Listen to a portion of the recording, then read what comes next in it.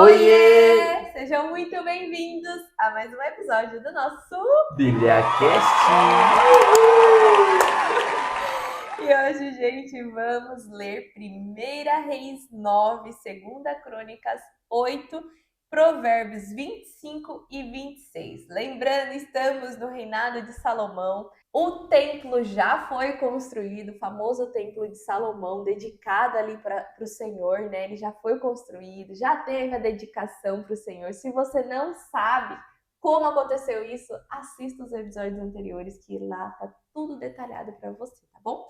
E hoje nós vamos fazer essa leitura e no final vamos fazer a nossa análise do nosso entendimento de tudo que foi lido hoje, tá? Então fica com a gente até o final e já se inscreva no nosso canal também, hein? Abra sua Bíblia em 1 Reis 9. O Senhor aparece a Salomão. Quando Salomão havia terminado a construção do templo do Senhor, do palácio e tudo mais que tinha planejado a construir, o Senhor apareceu a ele pela segunda vez, como tinha aparecido na primeira vez em Gibeon. Ele disse: Ouvi a oração e as súplicas que você fez a mim. Tornei sagrado este templo que você construiu, para que aqui habite o meu nome para sempre. Estarei sempre vigiando este templo e me alegrando nele. E se você viver uma vida honesta e verdadeira como viveu seu pai Davi, sempre me obedecendo, então farei com que seus filhos sejam reis de Israel para sempre, conforme prometi a seu pai Davi, quando disse a ele: um de seus filhos sempre estará no trono de Israel. Contudo, se você ou seus filhos se afastarem de mim e adorarem outros deuses e não obedecerem às minhas leis, então tirarei o povo de Israel desta terra que lhe dei. Lançarei para longe este templo que tornei sagrado para o meu nome, e lançarei essa gente para longe da minha vista. Israel se tornará um objeto de zombaria e desprezo entre as nações. Este templo, que é tão imponente, se tornará um montão de ruínas, e todos os que passarem perto dele vão ficar espantados e perguntarão: por que o Senhor fez uma coisa dessas com esta terra e este templo? E a resposta será: o povo de Israel abandonou o Senhor, o seu Deus, que os tirou da terra do Egito, e em lugar do Deus verdadeiro, se apegaram a outros deuses. É por isso que o Senhor trouxe este mal sobre eles. Ao fim dos 20 anos, durante os quais Salomão construiu o templo do Senhor e o palácio, ele deu 20 cidades da terra da Galileia a Hirão, rei de Tiro, como pagamento por toda a madeira de cedro e de pinho, e pelo ouro que ele havia fornecido para a construção do palácio e do templo. Mas quando Hirão veio de Tiro para ver as cidades que Salomão lhe dera, não ficou contente com elas. Que espécie de negócio é este, meu irmão? Perguntou. Estas cidades não valem nada, e até hoje elas ainda são conhecidas como Cabu, pois o ouro que Hirão havia mandado para Salomão totalizou 4.200 quilos. O rei Salomão havia imposto trabalho forçado para a construção do templo do Senhor, do seu palácio, da fortaleza de Milo, do muro de Jerusalém e das cidades de Azor, Megido e Gezer. Gezer era a cidade que o rei do Egito havia atacado e conquistado, matando os cananeus que ali viviam, e deu a cidade a sua filha como presente, quando ela se casou com Salomão. Salomão reconstruiu Gezer. Ele também construiu Bet-Horon Baixa, Baalate e Tadmor, no deserto daquela região. Também construiu cidades para depósitos de cereais, cidades para guardar seus carros de guerra, cidades para a residência dos seus cavaleiros e cidades de refúgio perto de Jerusalém, nas montanhas do Líbano e por toda a parte do império. Salomão obrigou a trabalhos forçados todos aqueles que sobreviveram das raças pagãs no território de Israel: os amorreus, os heteus, os ferezeus, os heveus e os jebuseus, porque o povo de Israel não foi capaz de acabar de uma vez com aqueles povos no tempo da invasão e conquista de Israel, e eles continuam como escravos até hoje. Mas Salomão não obrigou nenhum israelita a trabalhos forçados. Eles eram seus soldados, oficiais do exército, comandantes de carros e soldados da cavalaria. E havia 550 homens de Israel que supervisionavam os operários e fiscalizavam as obras. O rei Salomão fez a mudança da filha do faraó da cidade de Davi, o antigo setor de Jerusalém, para a nova residência que ele havia construído para ela no palácio. Depois, ele construiu a fortaleza de Milo. Salomão oferecia ofertas queimadas e ofertas de paz 3 vezes por ano sobre o altar que ele tinha mandado construir para o Senhor. E também queimava incenso sobre o altar diante do Senhor. Assim, Salomão terminou a construção do templo. O rei Salomão tinha um pátio para a construção de navios em Ezion-Geber, que fica perto de Elate, às margens do Mar Vermelho, na terra de Edom, onde construiu uma frota de navios. O rei Irão enviou por navio marinheiros competentes e experientes para acompanhar as tripulações dos navios de Salomão. Eles estavam acostumados a viajar para Ofir e dali trouxeram 14.700 quilos de ouro para o rei Salomão. Segunda Crônicas 8. Havia-se passado 20 anos desde que Salomão havia se tornado rei, durante os quais ele fez a construção do templo do Senhor e o seu próprio palácio. Ele construiu as cidades que Irão, o rei de Tiro, tinha dado a ele, e estabeleceu nelas uma parte do povo de Israel. Foi também nesse tempo que ele lutou contra a cidade de Ramate-Zobá e a conquistou. Ele construiu Tadmor no deserto e construiu cidades em Ramate, que serviam como centros de abastecimento. Reconstruiu as cidades de Bet-Oron Alta e Bet-Oron Baixa, cidades fortificadas com muros, portas e trancas. Também construiu Baalat e outras cidades como centros de abastecimento, e construiu cidades onde se guardavam os carros e os seus cavalos. Construiu em Jerusalém, no Líbano e em todo o seu reino tudo o que desejou. Foi Salomão quem iniciou o costume de colocar para fazer trabalhos forçados os heteus, amorreus, ferezeus, heveus e jebuseus, todos que não pertenciam à nação israelita e que não tinham sido destruídos totalmente pelos israelitas e seus descendentes, e eles continuam nisso até hoje. Contudo, dos filhos de Israel ele não fez nenhum escravo. Empregou os cidadãos de Israel como soldados, oficiais, comandantes dos seus carros e cavaleiros. Também eram israelitas os 250 oficiais do rei Salomão que supervisionavam os trabalhadores. Então Salomão fez a sua esposa, filho do faraó, mudar-se da cidade de Davi para o novo palácio que ele havia mandado construir para ela, pois disse: ela não deve morar no palácio do rei Davi, porque a arca do Senhor está lá, e o lugar é santo. Depois Salomão ofereceu sacrifícios queimados ao Senhor sobre o altar que ele havia construído ao Senhor em frente à entrada do templo. O número de sacrifícios era diferente de um dia para o outro, de acordo com as ordens que Moisés tinha dado.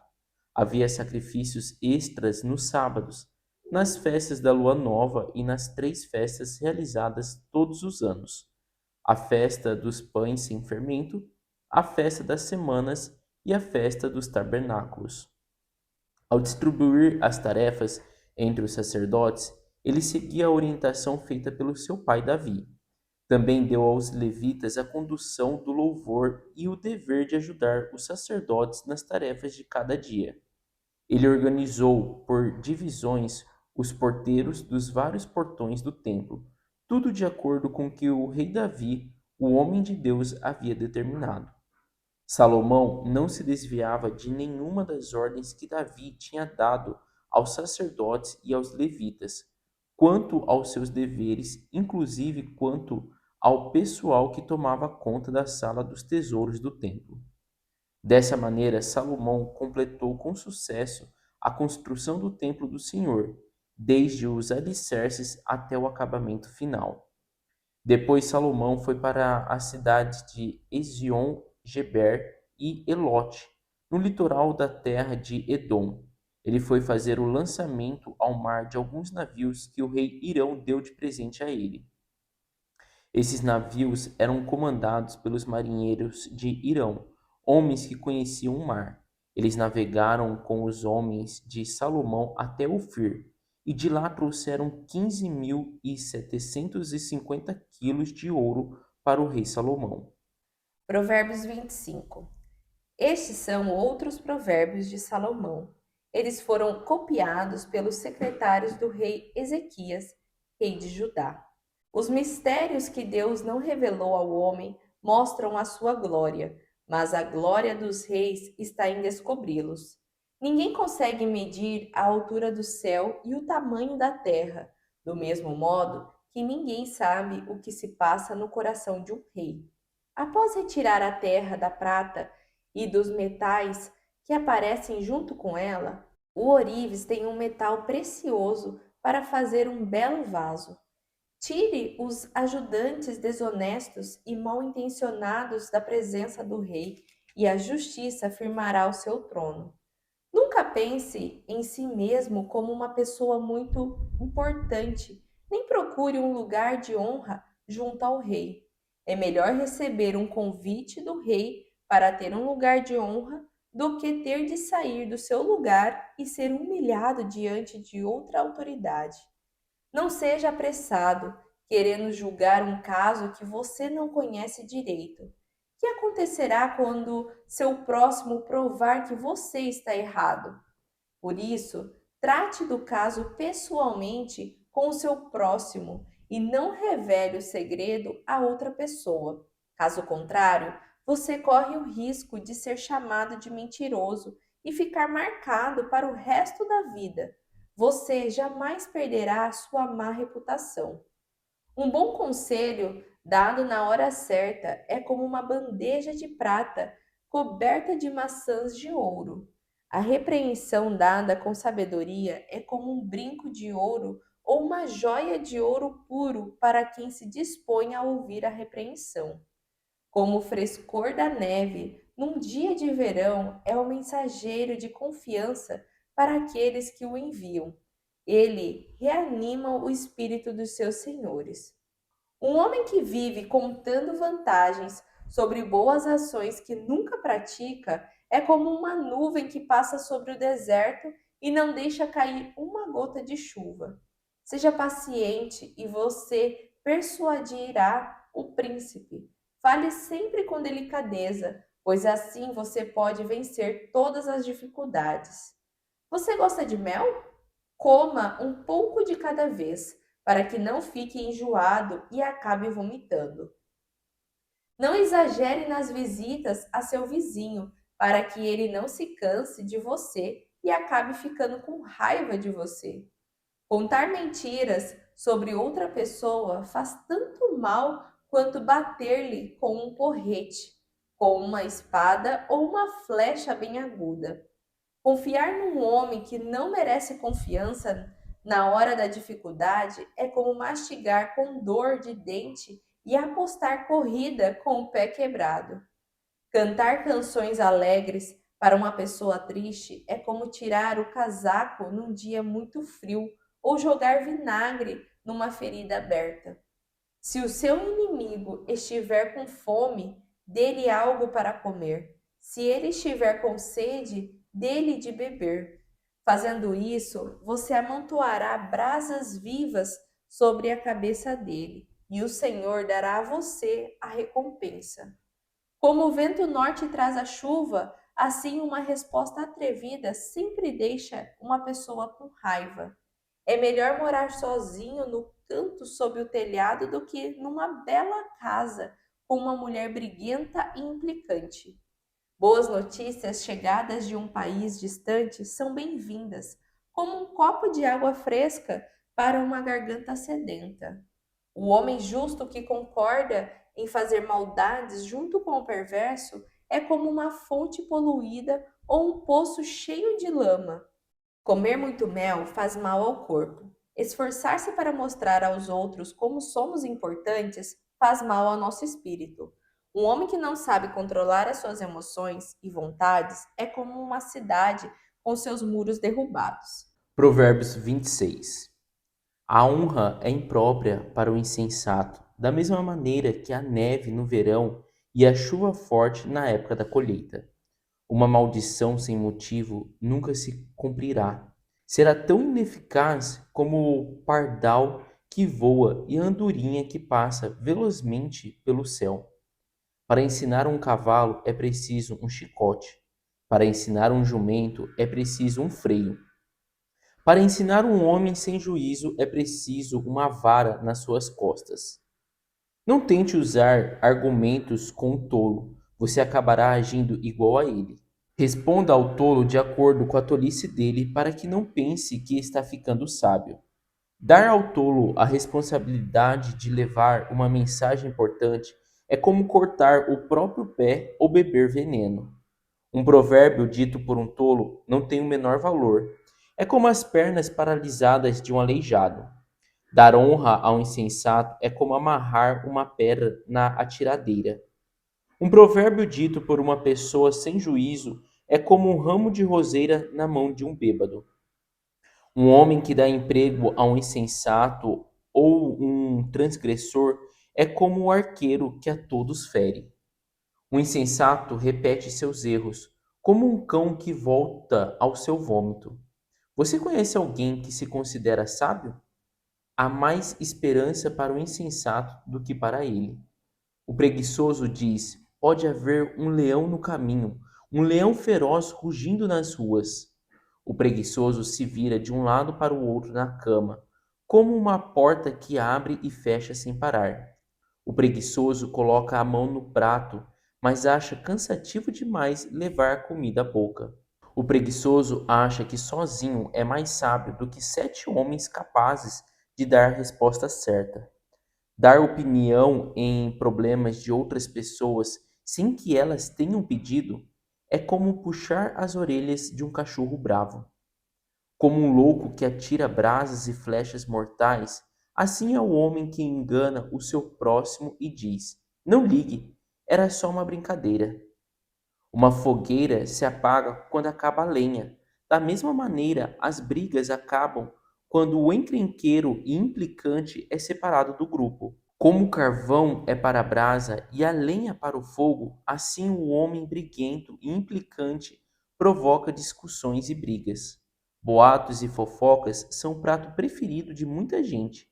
Como gostamos de saboreá-los? Como uma tinta prateada pode cobrir um vaso feito de barro comum, assim palavras amigas podem disfarçar um coração cheio de más intenções. Cuidado com o homem que fala muito mansamente e promete grandes favores. No fundo de seu coração, ele abriga a falsidade. Embora sua conversa seja mansa, não acredite nele, pois o seu coração está cheio de ódio. Ele pode disfarçar, mas todos acabarão vendo a sua maldade. Quem prepara armadilhas para outras pessoas acabará caindo nelas. Quem rola uma pedra pesada para destruir outra pessoa será esmagado por essa mesma pedra. Quem odeia a outra pessoa fere-a com mentiras. As palavras bajuladoras provocam a desgraça. E assim nós terminamos a nossa leitura de hoje. Leitura de 1 Reis 9, 2 Crônicas 8 e Provérbios 25 e 26, hein? 3 livros. 3 livros num dia só. E aí, o que temos para compartilhar? A gente retoma aí, né, Provérbios, que a gente ficou aí uns dias, né, sem ler Provérbios, e daí agora a gente volta aí a ler Provérbios, então é legal da gente tá ressaltando só isso. E em 1 Reis 9 e 2 Crônicas 8, a gente vê ali falando então, né, que Salomão terminou a construção, já tinha 20 anos aí, né, de reinado de Salomão, quando fala que ele completou tudo que precisava, inclusive lá, né, Os palácios os e a palácios cidade de dele, Ícaro, da esposa dele, né, da filha do faraó. do faraó. E daí a gente vê que em Primeira Reis, né, 9, fala que Deus respondeu a oração que Salomão fez. E no episódio anterior a gente leu isso em Crônicas. Então, no episódio anterior a gente leu 2 Crônicas 7, que fala ali da mesma coisa que a gente leu no comecinho de Primeira Reis 9. E novamente, né, a gente volta e fala, a entender, né, a resposta de Deus sobre aquela oração. Então, é até legal que fala, né, na leitura, fala que Deus falou que os olhos e o coração dele estariam sempre voltados para aquele lugar. E eu acho interessante isso, né, que ele não fala os ouvidos dele. Então, ou seja, os ouvidos dele estão assim. Eu tenho o entendimento que os ouvidos dele estariam abertos para qualquer pessoa a qualquer momento, não necessariamente naquele lugar. Então, quando ele responde à oração de Salomão, ele é claro quando ele fala: Meus olhos e meu coração estarão sempre neste templo, assim, voltados para este templo, estarão ali vigiando. E novamente, né, a gente vê aí que ele faz aquela condição, né? Mas vocês têm que me obedecer de todo o coração, porque se em algum momento vocês desviarem, né, eu vou acabar com esse templo e as pessoas vão zombar deste templo perguntando: "Meu Deus, o que esse povo fez para que isso acontecesse", né? E é legal essa parte da leitura, né, onde Deus coloca essa condição e fala que destruiria esse templo, mostrando que, assim, para mim não importa o tamanho desse palácio, para mim não importa toda essa construção, quantidade de ouro e tudo mais, porque isso é um edifício, isso é só uma construção. O que importa é a atitude de vocês, é o coração de vocês que importam para mim. Então, quando ele coloca essa condição de que ele vai destruir e ele vai botar abaixo e fazer as pessoas zombarem, mostra realmente no que Deus está, né? No que Deus se alegra, né? Não é no templo, mas sim nas pessoas que vão ao templo, né? Que é os israelitas. Só complementando assim, não é que ele não se alegra com o templo, né? Então É, é assim, ele gosta do. Uma coisa não desfaz da outra, mas sim elas são em se comunhão, né? complementam, Elas né? se complementam. Então, tipo assim, Deus gosta de um templo grande, gosta do. Ele até tinha orientado Davi sobre algumas coisas feitas de ouro que ele queria, né? Então, tipo, ali tem, fala, né, sobre os anjos que têm As as asas. asas 4,5 metros, que elas vão de ponta a ponta na parede, que elas são de ouro. Então, dá para ver que Deus assim se alegrou disso. Sim, ele gostou daquela. É a casa dele, é a imponência assim dele. Mas Mas não não é o é, mais importante. não é isso, né? Não é sobre uma coisa desvinculada da outra se torna para ele Nada. nada, entendeu? Então, ter um templo grandioso, belo, maravilhoso, igual que fala que foram, né, é, toneladas de ouro, né, que foram colocadas ali. Então, isso desvinculado da adoração única somente para ele, que isso não faz sentido, né? E aí depois, né, teve essa parte do pagamento para o rei de Tiro lá, né, para Irão, Irão, né? e que não agradou Irão lá, porque ele queriam outras cidades foram entregues, né, para ter uma noção do preço que foi a construção desse palácio do Templo de Salomão, que é o Templo do Senhor, e a construção também do edifício de Milo, né, e deu a Irão, né, 20 cidades como pagamento de todas essas construções, né? Porque ele forçou o trabalho ali, tanto é que fala, né, que foi com Salomão que começou a pegar pesado com os estrangeiros, né, com as pessoas de outras cidades onde eles dominaram e não mataram.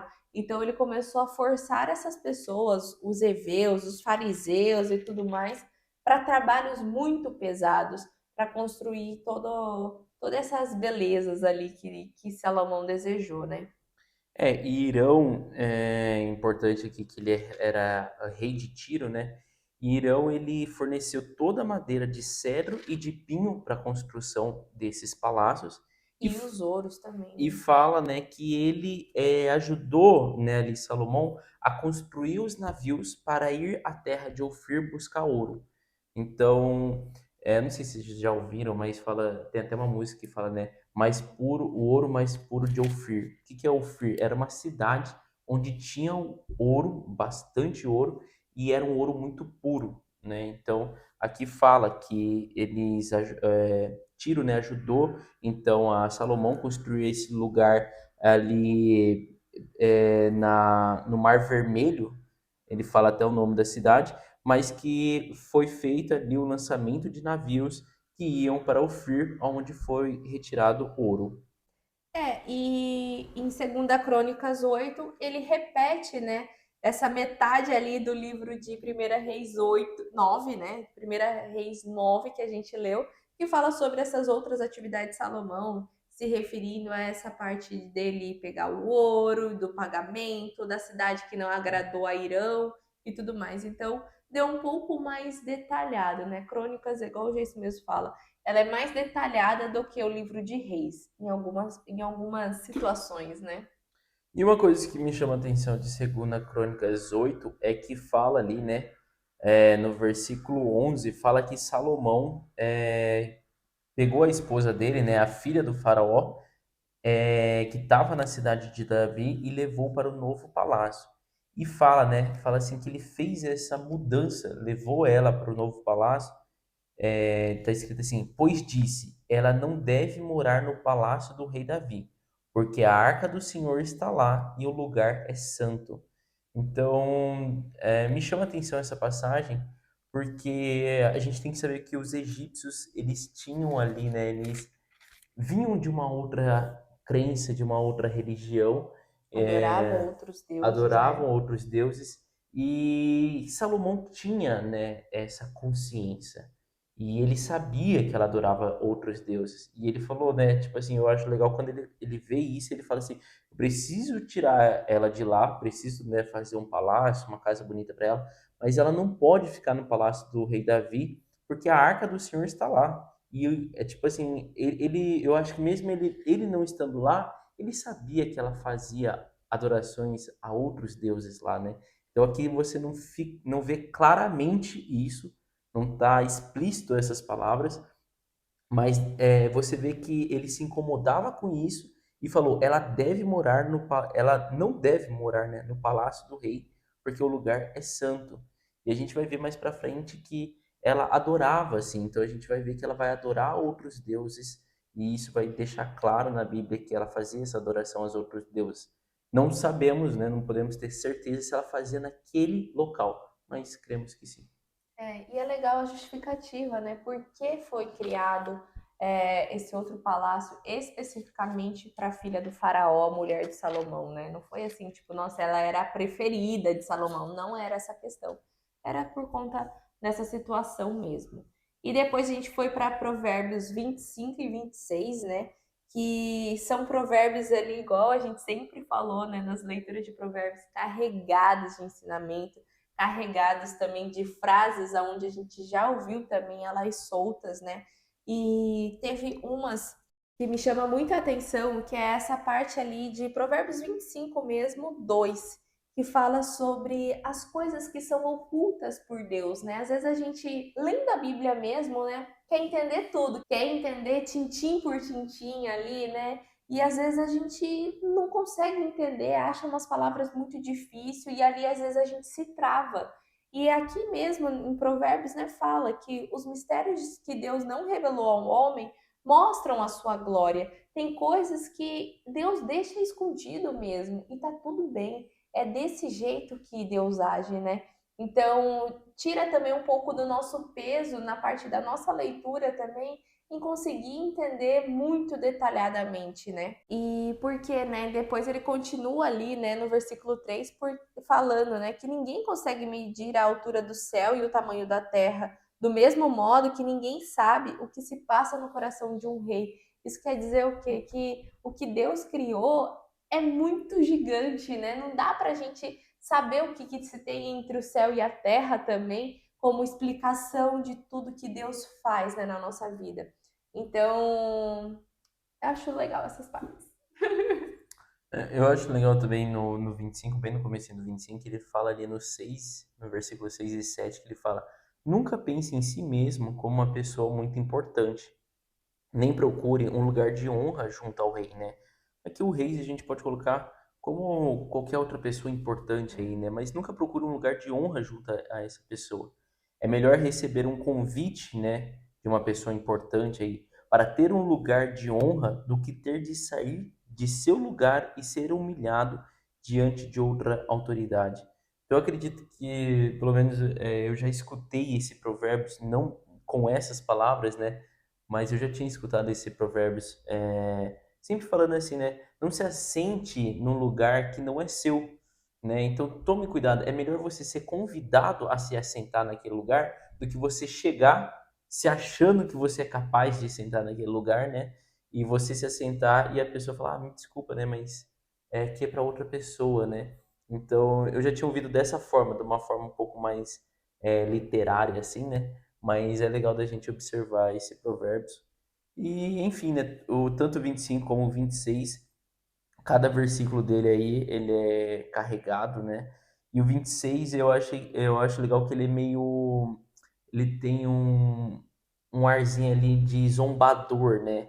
Então ele até fala ali no 4, né? Não tente usar argumentos com o tolo, você acabará agindo igual a ele.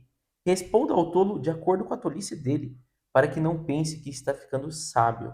Dar ao tolo a responsabilidade de levar uma mensagem importante é como cortar o próprio pé ou beber veneno. Então, o 26 ali tem uma parte dele, né, que ele é bem assim, igual ele fala muito também do preguiçoso, né? O preguiçoso coloca a mão no prato, mas acha cansativo demais levar a comida à boca. Enfim, o 26 eu achei ele bem assim, teve Cutuca, né? e num tom assim zombador, né? Mas é legal da gente reparar em cada versículo ali.